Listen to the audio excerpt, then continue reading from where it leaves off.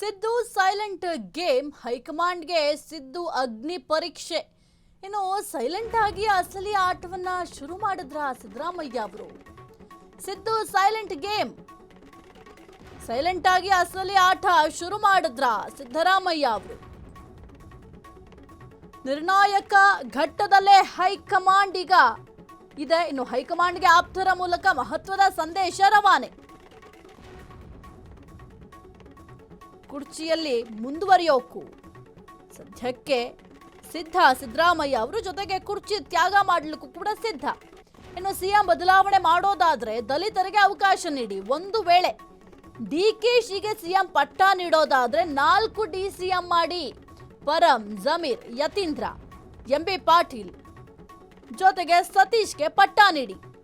ಅದೇ ರೀತಿ ಕೆಪಿಸಿಸಿ ಅಧ್ಯಕ್ಷ ಸ್ಥಾನವನ್ನು ಕೂಡ ಸತೀಶ್ಗೆ ನೀಡಬೇಕು. ರಾಹುಲ್ ಗಾಂಧಿ ಅವರು ಕರೆದಾಗ ದೆಹಲಿಗೆ ಬರ್ತೇನೆ.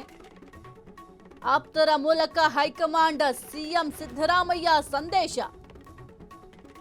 ಇನ್ನು ಸಿದ್ದರಾಮಯ್ಯ ಅವರು ಸೈಲೆಂಟ್ ಆಗಿ ಈ ಒಂದು ನಾಯಕತ್ವ ಬದಲಾವಣೆ ವಿಚಾರಕ್ಕೆ ಸಂಬಂಧಪಟ್ಟಂತೆ ರಣವ್ಯೂಹವನ್ನ ರಚನೆ ಮಾಡ್ತಾ ಇದ್ದಾರೆ. ಆದ್ರೆ ಹೈಕಮಾಂಡ್ ಇದನ್ನ ಯಾವ ರೀತಿ ಭೇದಿಸುತ್ತೆ ಅನ್ನೋದು ಕೂಡ ಬಹಳ ಮುಖ್ಯ ಆಗುತ್ತೆ. ಯಾಕೆಂತಂದ್ರೆ ಈಗ ಸಿದ್ದರಾಮಯ್ಯ ಅವರು ಇಟ್ಟಿರುವಂತಹ ಬೇಡಿಕೆಗಳೇನಿದ್ದಾವೆ, ಹೈಕಮಾಂಡ್ ಇದೆಲ್ಲವನ್ನು ಕೂಡ ನಿರ್ವಹಣೆ ಮಾಡೋದು ಬಹಳ ಕಷ್ಟ ಆಗುತ್ತೆ. ಜೊತೆಗೆ ಈಗ ಡಿ.ಕೆ. ಶಿವಕುಮಾರ್ ಅವರು ಕೂಡ ಶತಾಯ ಗತಾಯ ನಾನು ಸಿಎಂ ಆಗಿಯೇ ಸಿದ್ಧ ಅಂತ ಅಪ್ಪಟ್ಟು ಹಿಡ್ಕೊಂಡು ಕೂತಿದ್ದಾರೆ.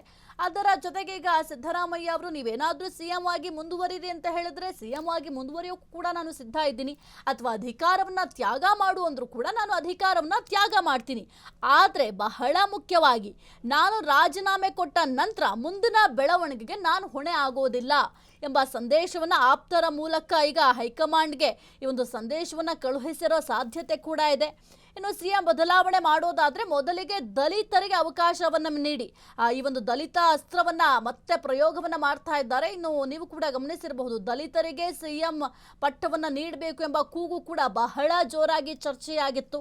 ಮತ್ತೆ ಆ ಒಂದು ಅಸ್ತ್ರವನ್ನ ಈಗ ಬಳಕೆ ಮಾಡಿದ್ದಾರೆ. ಇನ್ನು ಒಂದು ವೇಳೆ ಡಿ.ಕೆ. ಶಿವಕುಮಾರ್ಗೆ ಏನಾದ್ರೂ ನೀವು ಸಿಎಂ ಪಟ್ಟವನ್ನ ಕೊಡ್ತೀವಿ ಅಂತಂದ್ರೆ 4 ಡಿಸಿಎಂ ಮಾಡಿ. ಆ 4 ಡಿಸಿಎಂನಲ್ಲಿ ಪರಂ ಆಗಿರಬಹುದು, ಜಮೀರ್, ಯತೀಂದ್ರ, ಎಂಬಿ ಪಾಟೀಲ್, ಸತೀಶ್ಗೆ ಪಟ್ಟ ಕೊಡಿ. ಅದೇ ರೀತಿ ಒಂದು ಕೆಪಿಸಿಸಿ ಅಧ್ಯಕ್ಷ ಸ್ಥಾನ ಏನಿದೆ ಆ ಒಂದು ಅಧ್ಯಕ್ಷ ಸ್ಥಾನವನ್ನ ಸತೀಶ್ಗೆ ನೀಡಬೇಕು. ಯಾಕೆ ಅಂತಂದ್ರೆ ಒಂದು ಕೆಪಿಸಿಸಿ ಅಧ್ಯಕ್ಷ ಸ್ಥಾನದ ಆಕಾಂಕ್ಷಿಯಾಗಿದ್ದಾರೆ ಸತೀಶ್ ಜಾರಕಿಹೊಳಿ ಅವರು.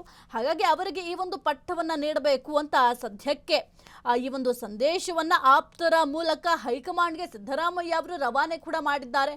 ಅಟ್ಲೀಸ್ಟ್ ಈಗಲಾದ್ರೂ ಈ ಒಂದು ನಾಯಕತ್ವ ಬದಲಾವಣೆ ವಿಚಾರಕ್ಕೆ ಏನಾದ್ರೂ ತಾರ್ಕಿಕ ಅಂತ್ಯ ಸಿಗುತ್ತಾ ಅಂತ ನೋಡ್ಬೇಕಾಗುತ್ತೆ. ಅದರ ಜೊತೆಗೆ ಈ ಒಂದು ಪಂಚರಾಜ್ಯ ಚುನಾವಣೆಯ ರಿಸಲ್ಟ್ ಆಗಿರಬಹುದು, ಜೊತೆಗೆ ಬೈ ಎಲೆಕ್ಷನ್ ರಿಸಲ್ಟ್ ಮೇಲೆ ಎಲ್ಲರ ಚಿತ್ತ ನೆಟ್ಟಿದೆ. ಬೈ ಎಲೆಕ್ಷನ್ ರಿಸಲ್ಟ್ ಏನಾಗುತ್ತೆ ಅಂತ ಎಲ್ಲ ನಾಯಕರು ಕೂಡ ಕಾತರದಿಂದ ಕಾಯ್ತಾ ಇದ್ದಾರೆ. ಯಾಕೆಂತಂದ್ರೆ ಒಂದು ಬೈ ಎಲೆಕ್ಷನ್ ರಿಸಲ್ಟ್ ಬಂದ ನಂತರ ಕೆಲವೊಂದಿಷ್ಟು ಚೇಂಜಸ್ ಆಗಬಹುದು ಅಂತ ಕೂಡ ಹೇಳಲಾಗ್ತಾ ಇದೆ. ಮುಖ್ಯವಾಗಿ ಒಂದು ಸಚಿವ ಸಂಪುಟ ಪುನರ್ರಚನೆ ವಿಚಾರ ಕೂಡ ಬಹಳ ಚರ್ಚೆ ಆಗ್ತಾ ಇದೆ. ಆದ್ರೆ ಈ ಒಂದು ಸಚಿವ ಸಂಪುಟ ಪುನರ್ರಚನೆ ವಿಚಾರ, ನಾಯಕತ್ವ ಬದಲಾವಣೆ ವಿಚಾರಕ್ಕೆ ಸಂಬಂಧಪಟ್ಟಂತೆ ಹೈಕಮಾಂಡ್ ಯಾವುದೇ ರೀತಿಯ ನಿರ್ಧಾರವನ್ನು ಕೂಡ ತೆಗೆದುಕೊಂಡಿಲ್ಲ.